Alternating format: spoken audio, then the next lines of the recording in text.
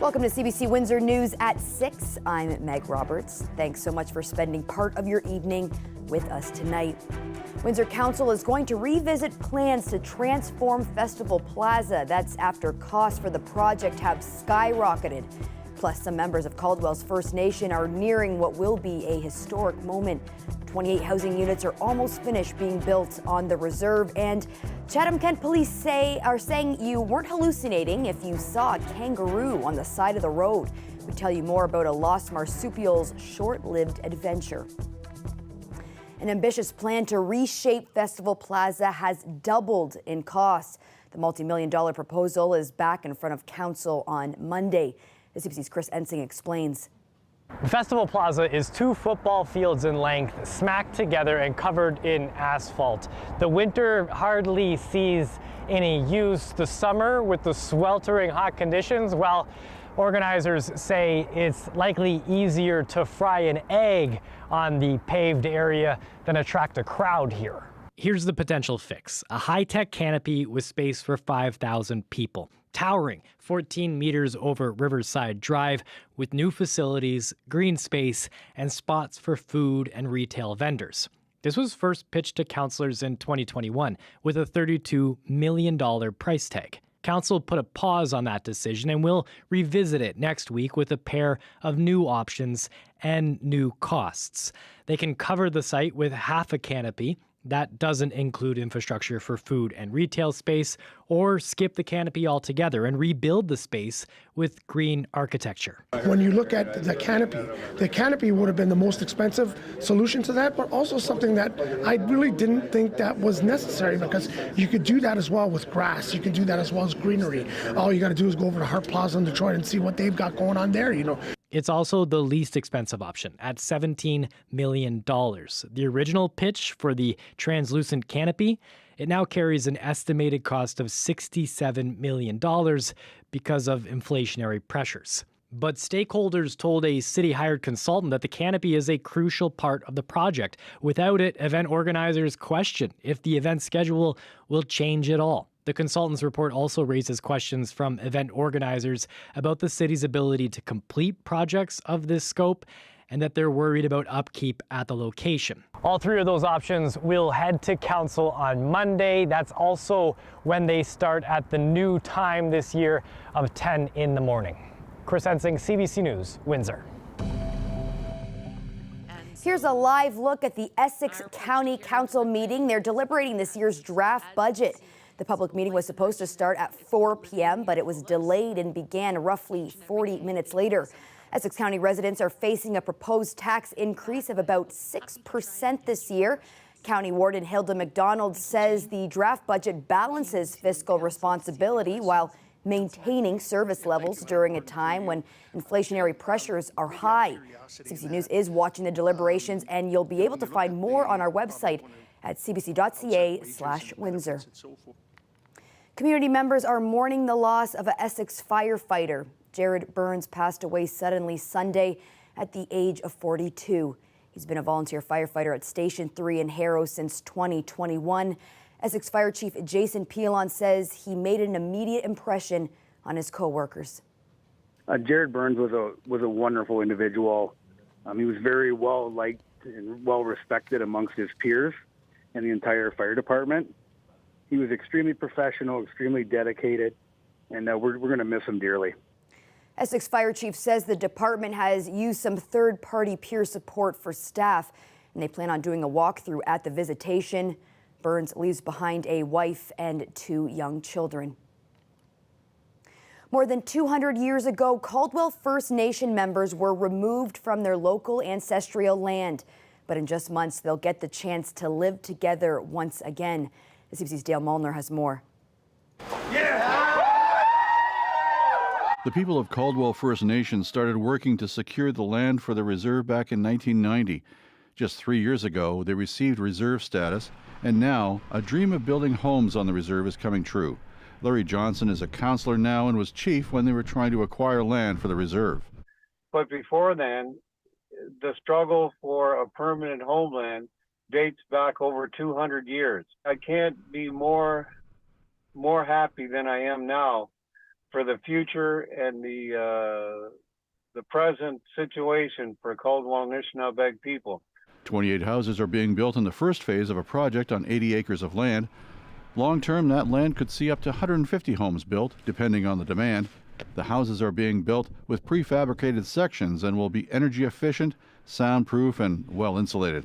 Johnson hopes to see the rents for the homes comparable to Moravian Town in the range of $358 to around $600 per month plus utilities. We're also discussing at council the possibility of setting aside lots of land for some of our people who want to build their own homes.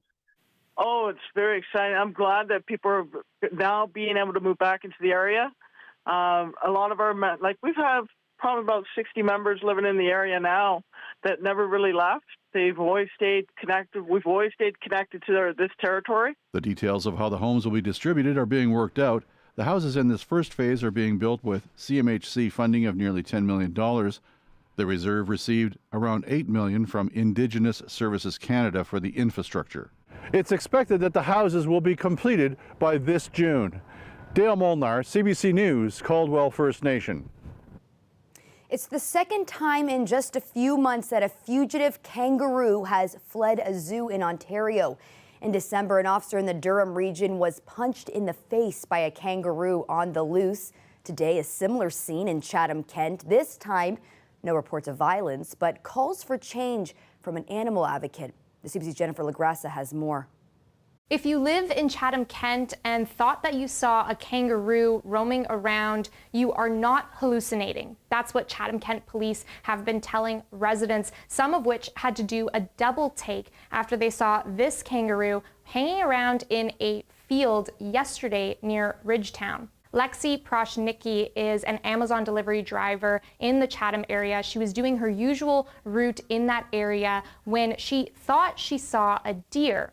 She then told CBC News that she realized deer don't have tiny arms. So she put the brakes on her vehicle, she backed up, and sure enough, it was a kangaroo she was looking at. So she stepped out, she took a few photos. She says people around her also took some pictures. Then they called the local zoo in the area as well as police, and police arrived shortly after. Proshnicki says that the kangaroo did not look to be scared. It looked like it was just out for a stroll. Police say that the animal escaped from Greenview Park and Zoo, which is several kilometers away from Ridgetown in a community called Morpeth.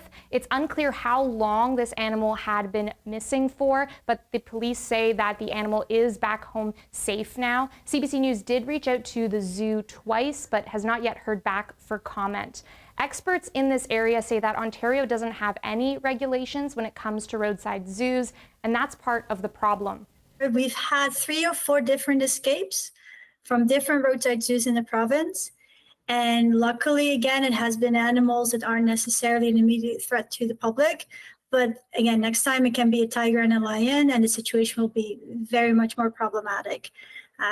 This is going to continue to happen until these roadside zoos are finally addressed and situations improve, or if these places are closed down. Hammer says she wasn't surprised to hear that this had happened, saying that roadside zoos often don't have proper fencing or enclosures, so it's easy for animals to escape. She says the cold weather along with the capture are concerning, as they likely stressed the kangaroo out.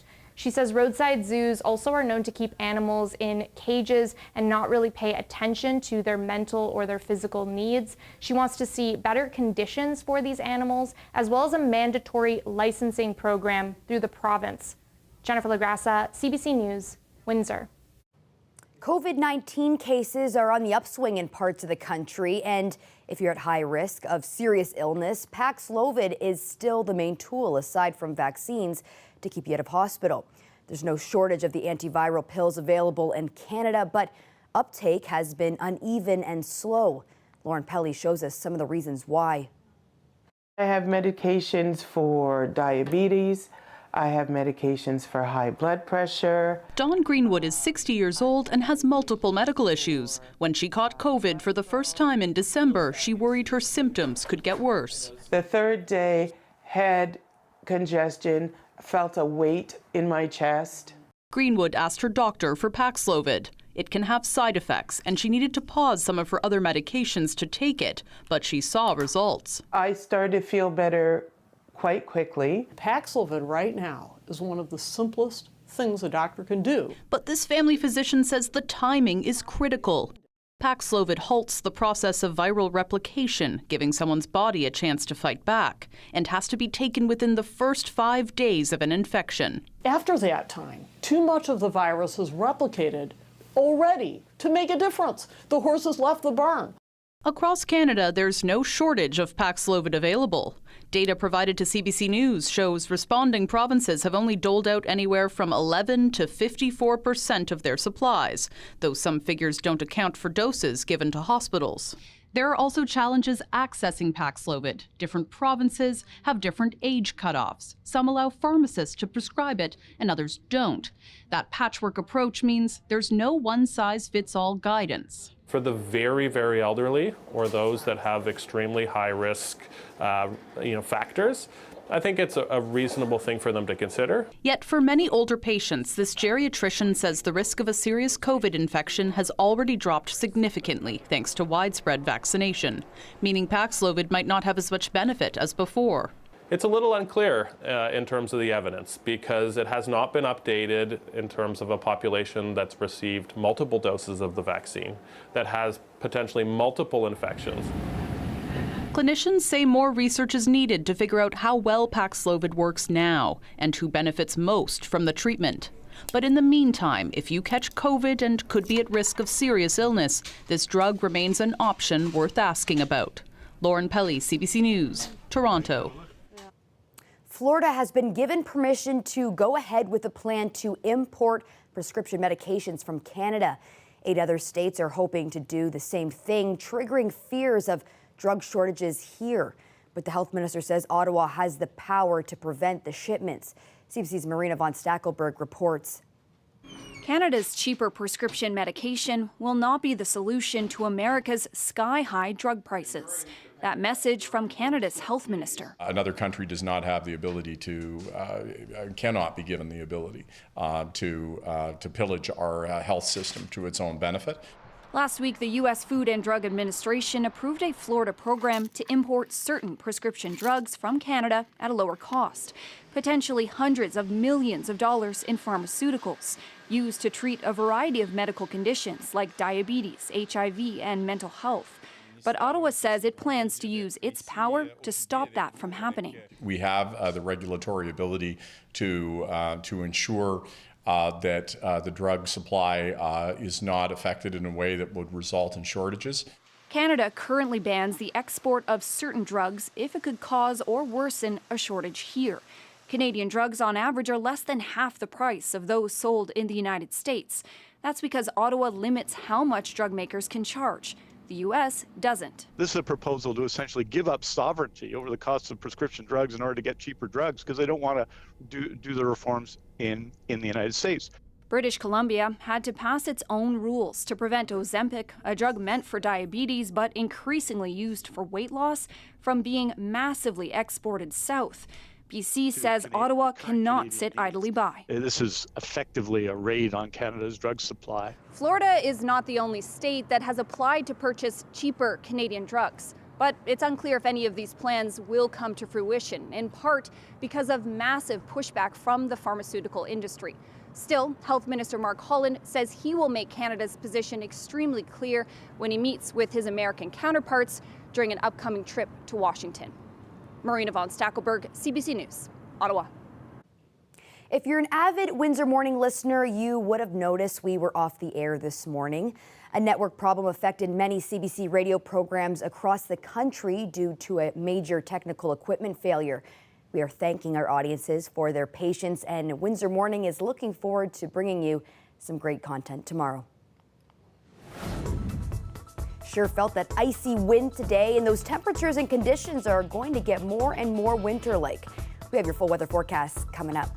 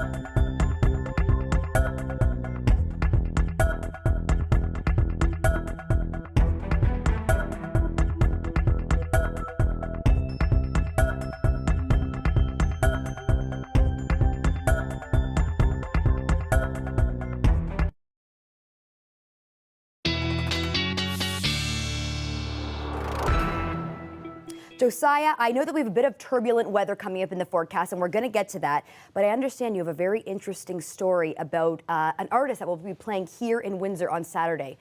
What is it? Yeah, so Meg, this is a story about $2 Bill. His real name is Bill Miles, and he came on Afternoon Drive today. We had him in the studio. A very interesting story here. He was a staple in London's music scene in the early 2000s. Until he disappeared. Ooh. So he used to play at the Brunswick Hotel, located in downtown London, and used to come to Fog Lounge as well. And what happened was he decided to go off the grid for about 15 years. He traveled on foot from southwestern Ontario all the way to Vancouver Island. And some of his stories include tenting in Portage-la Prairie in Manitoba, and also staying in an abandoned cabin in Dryden in northern Ontario. So he has had quite the journey, and he's back after those 15 years. And he's coming back to Fog Lounge this Saturday with a show for all of us to enjoy. So as I mentioned, he came on Afternoon Drive today and visited our studio. Here's what he said he's looking forward to about that show. Oh, there's so many different things. Number one, I'm going to get a chance to play with Lonesome Lefty again, who's the Southpaw fiddle player. He's an old friend, and every time we get together, something fun happens. There are some new musicians also going to be joining us. So it's I think the funnest part of this is collaboration with some old players that are familiar, and also the sparkle and new fun of fresh players that we don't even know yet. Okay, I want to go back to the whole living in an abandoned cabin. I would never cut it in a situation like that. Yeah. Did he tell you more about that? He told me a lot of crazy things, Meg. $2 Bill has earned his stripes. Okay. And one of the stories he told me actually was that he once fended off a pack of wolves that he thought was stalking him. And he had to face off this wolf. He explained it like they met in midair. And this wolf left with its tail between its legs. And he said if he didn't prepare himself for those survival skills and learn from the natural environment, he wouldn't have survived. But he did. Well, so yeah, I mean, maybe one day I'll have some of those survival skills. If, I won't join you, but good luck. Yeah. Perfect. What do we need to know about the show? Yeah, so Meg, if you want to check out $2 Bill, as I said, it's at Fog Lounge this Saturday. It starts at 8:30 and the cover is $10. We'll have more on the CBC Windsor and London websites on Saturday. And I'm looking forward to writing up. I'll try to include that wolf story on there too. Okay, perfect. And the weather on Saturday, what are we looking at? Yeah, so glad you asked. Let's plan ahead. Let's take a look at our 5-day forecast so we can see what that weather looks like. And Meg, it is going to start to get quite chilly, as you mentioned, towards the weekend especially. Tomorrow we have a high of 3 with periods of snow. Friday, high of 2 and cloudy, snow beginning overnight. And Saturday is our last day of relatively mild weather, a high of -1 with snow, 60% chance of flurries that evening. And on Sunday, things get pretty chilly, a high of -3 with a 40% chance of flurries. Monday, the high is -10. That evening forecasted to drop to -18 in the evening. Very, very chilly. Thanks so much for that, Josiah. That is the CBC's Josiah Sinanen. Now, a 13-year-old boy became the first person to beat the game Tetris, and a Las Vegas landmark is honoring his achievement. That story coming up after the break.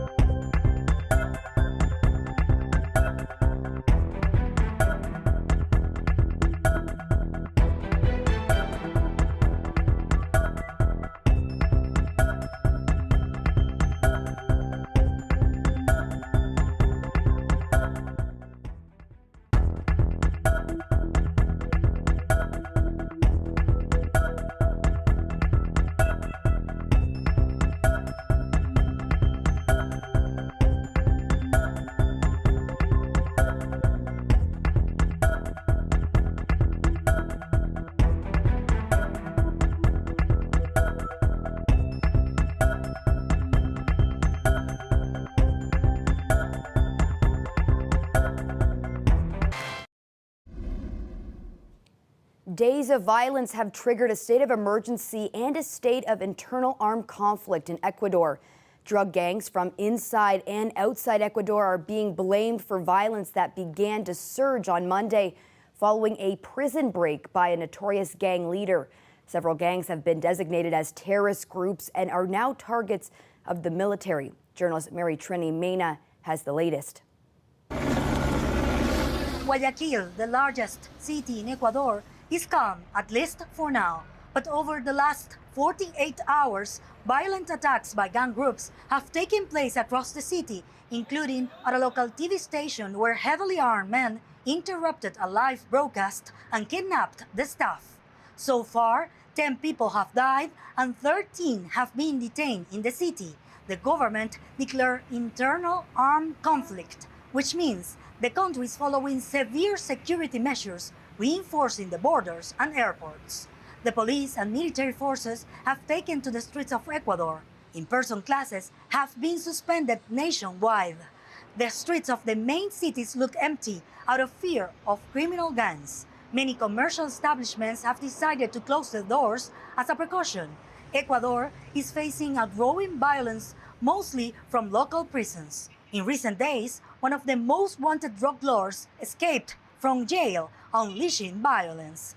President Daniel Noboa identified 22 transnational groups and designated them as terrorist organizations. Neighboring Peru has reinforced its border in an effort to prevent criminals from crossing into its territory and has also declared an emergency in the area. Ecuador's government says the country will remain under a state of emergency for at least a month. Marita Limena for CBC News, Caracas. British Columbia is leading the way when it comes to screening for HPV. It's the first province in Canada to bring in a new tool to combat cervical cancer, the fourth most common cancer in women globally. As Renee Filipponi explains, the new program allows people to test themselves in their own homes. Tests like this, taken in the comfort of your home, will help British Columbians avoid the stirrups and the often uncomfortable pap smear. This program puts the power to prevent cervical cancer in the hands of ordinary British Columbians. The province is moving away from traditional screening, which sweeps up cells in the cervix to test them for cancer, and toward a screen for the human papillomavirus, or HPV, which can be done from home. We have a tool that can really open the doors to screening for the entire province. This researcher says screening for HPV is much more effective in preventing cervical cancer. It can catch risky strains of the virus early. The vast majority, 70% of all cervical cancers, are caused by the virus. It's more accurate, so it detects those precancerous lesions more accurately. And also, when folks get a negative, we have greater confidence that those women are not going to go on to develop precancer. Doctors say screening more women for HPV alongside vaccines could be a game changer. Now we use liquid-based. PEI is also offering HPV testing, including self-test kits, but they need to be done in a clinic. BC is the first to make them widely available for home use. Really, this is something that most provinces are beginning to look at through pilot programs, and really looking forward to making that transition. So you get this in the mail and you open it, you go through the instructions. Bianca Michelle took part in the home test pilot and hopes this option will ensure more people get tested. The idea of having a pap smear is always daunting to me because of historical trauma, and if it made the self-testing kit made it safer for me. Renee Filipponi, CBC News, Vancouver. A Las Vegas landmark has transformed into one of the world's most recognizable video games, Tetris.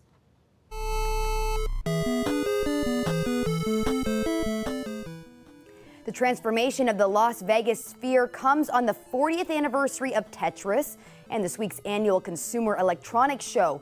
It's also thought to be a nod to a 13-year-old boy in Oklahoma. He recently became the first player to officially beat the original Nintendo version of Tetris when the game froze because of his rapid-fire play. So the Sphere's display shows a game over at the end of the video. Well, that's it for CBC Windsor News. Don't forget, for news anytime, you can go to our website at cbc.ca/Windsor. You can also download the CBC News app for stories that matter most to you. And don't forget to watch the National tonight at 9 on CBC News Network, 10 p.m. on the CBC News app, CBC TV, and streaming on CBC Gem and CBC Explore. Thanks so much for tuning in. Looking forward to seeing you back here tomorrow night.